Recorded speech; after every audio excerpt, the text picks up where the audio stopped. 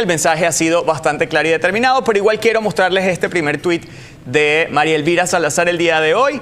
La congresista allí en el National Doral dijo: sigo en el Trump National Doral Miami, hoy con el vicepresidente J.D. Vance hablando sobre las prioridades del Congreso para este año. Pero siempre saco un tiempo para que los residentes del Distrito 27 sepan los próximos pasos de los republicanos en Washington. Esas fueron sus palabras. También habló y enfatizó muchas cosas importantes que están sucediendo en este momento. ¿Cómo van a retornar los deportados hacia Venezuela? Ese es un tema bastante importante porque no hay un plan trazado con Nicolás Maduro en torno a recibir los vuelos. Y si no los recibe, pues van a ser enviados, y esto ya se conversó con el presidente de El Salvador, Nayib Bukele. Allí van a ser enviados las gangas, como ella misma las llama, de no ser recibidas en Venezuela. Aquí les preguntaron algo clave. Otro de mis colegas periodistas le decía: ¿y los venezolanos que no son criminales y vayan a ser deportados, también irán a El Salvador? Pues no hizo referencia a eso, no habló sobre eso, pero sí dejó claro que quienes van a ser deportados son los criminales. Yo los dejo también a su interpretación. Creo que es importante aprender a leer entre líneas. Mientras tanto, vamos a seguir desplegando. Bueno, pues María Elvira Salazar, con esas declaraciones, bueno, que yo creo que aportan cierta luz un poco a lo que hemos venido hablando en los últimos días, que iba a pasar precisamente con esos venezolanos deportados, porque no se puede meter a todo el mundo en el mismo saco. Pues los criminales van a ir al Salvador, donde no sé si lo van a pasar especialmente bien, y los otros todavía, las palabras de María Elvira Salazar han dicho: solo los criminales. Los otros, ¿qué va a pasar con ellos? ¿Se quedan en Estados Unidos? ¿Van a ir a Venezuela? Difícil. Yo entiendo que efectivamente la diáspora, en ese sentido, que niegue el gobierno de Nicolás Maduro, probablemente se termine quedando en Estados Unidos. Pero estaremos atentos porque es un tema bastante fuerte y Nicolás Maduro está siendo acorralado totalmente por la DEA. Durante las últimas horas, la detención de uno de los capos principales del Tren de Aragua en Nueva York da cuenta del cómo todos los esfuerzos de la administración Trump dentro y fuera de los Estados Unidos van a ir concatenando a las organizaciones terroristas, bien vía pandillas delictivas como el Tren de Aragua y la Mara Salvatrucha, de la que hablamos durante todos estos días, o bien vía determinación de los carteles del narcotráfico. Hemos estado insistiendo para todos ustedes que estamos en una cuenta regresiva, que si bien hoy el secretario de Estado de los Estados Unidos, Marco Rubio, sale de gira por algunos países latinoamericanos, igual esa cuenta le obliga a que pronto, dentro de 7 u 8 días, se reúna con quienes ya han sido aceptados por el Congreso y formen parte oficial del gabinete en materia de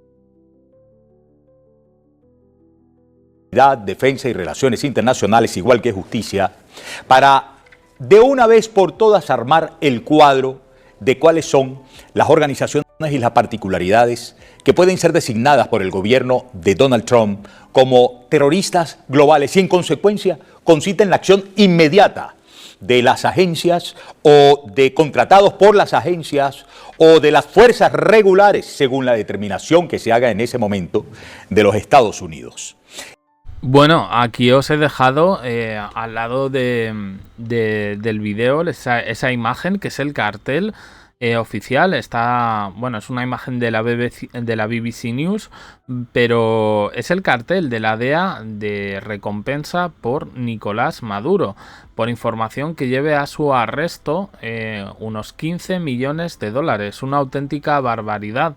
Y ojo, porque ayer ya lo contamos en el canal principal, que hay alcaldes de Colombia que ya le han dicho a Maduro que no se te ocurra poner un pie aquí porque llamo a la DEA y cobro la recompensa.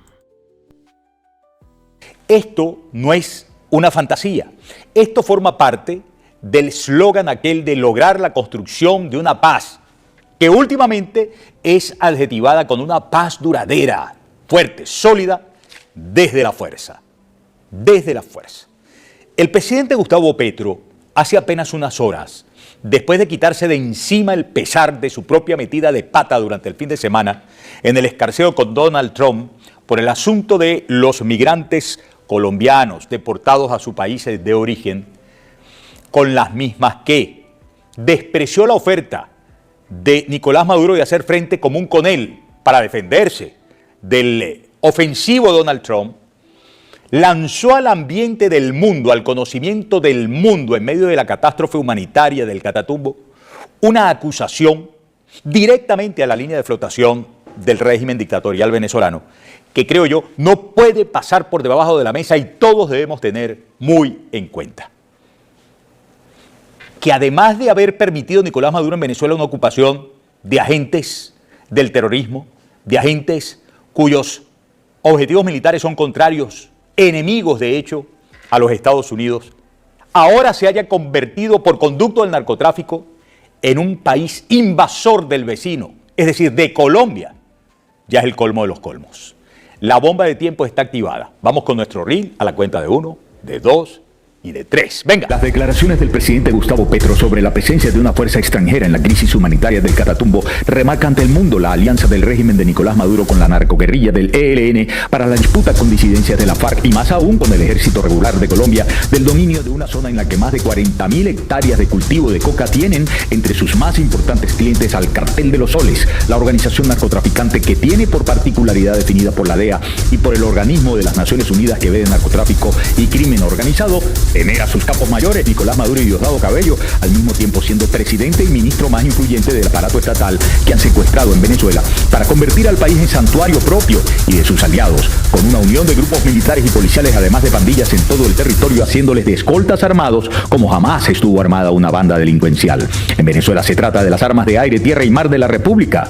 Gustavo Petro se lanza ese dardo apenas 24 horas después de despreciar la oferta de Nicolás Maduro de unirse, de caminar supuestamente independientes y juntitos en la senda de enfrentamiento contra el gobierno de Donald Trump, en las horas del impasse con Estados Unidos por la torpeza de Petro al no cumplir su compromiso formal de recibir de vuelta a migrantes de origen colombiano.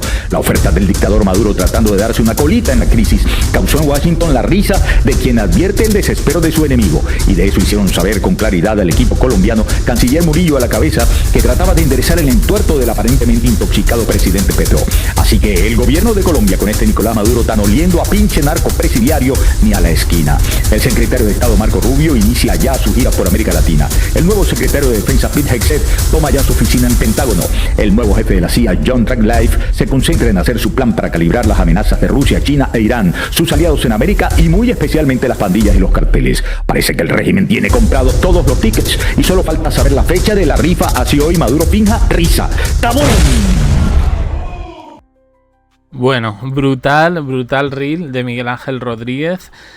Bueno, yo creo que lo sabe ya Maduro todo esto. Lo que no se imaginaba era que desde Estados Unidos iba a actuar con tanta premura en esta estrategia que parece ir ahogando poco a poco el régimen a través de sus aliados, como vimos el otro día con Gustavo Petro.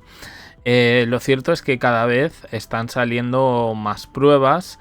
Él dirá que es una conspiración fascista y todo lo demás, pero lo cierto es que un país como Venezuela, que prácticamente estuvo hace unos años arruinado, cómo ha rescatado su economía si no ha sido efectivamente a través del narco.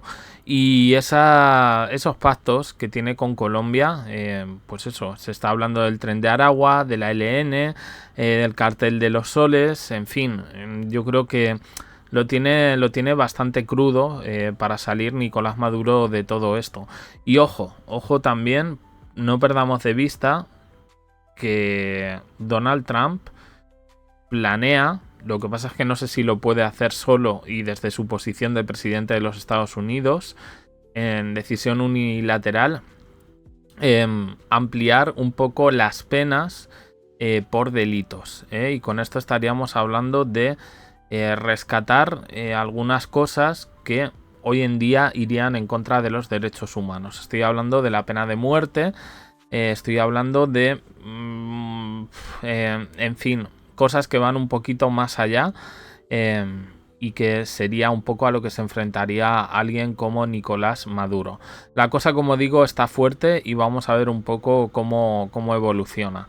Pero ahora mismo la DEA, y ya lo hemos dicho otras veces, cada día va contando con más pruebas, con más evidencias de ciertos vínculos de Nicolás Maduro con el narco y, bueno, de Miraflores un poco como el lugar donde se reunifica todos estos conceptos que hemos ido dando perdón, a lo largo de otros vídeos.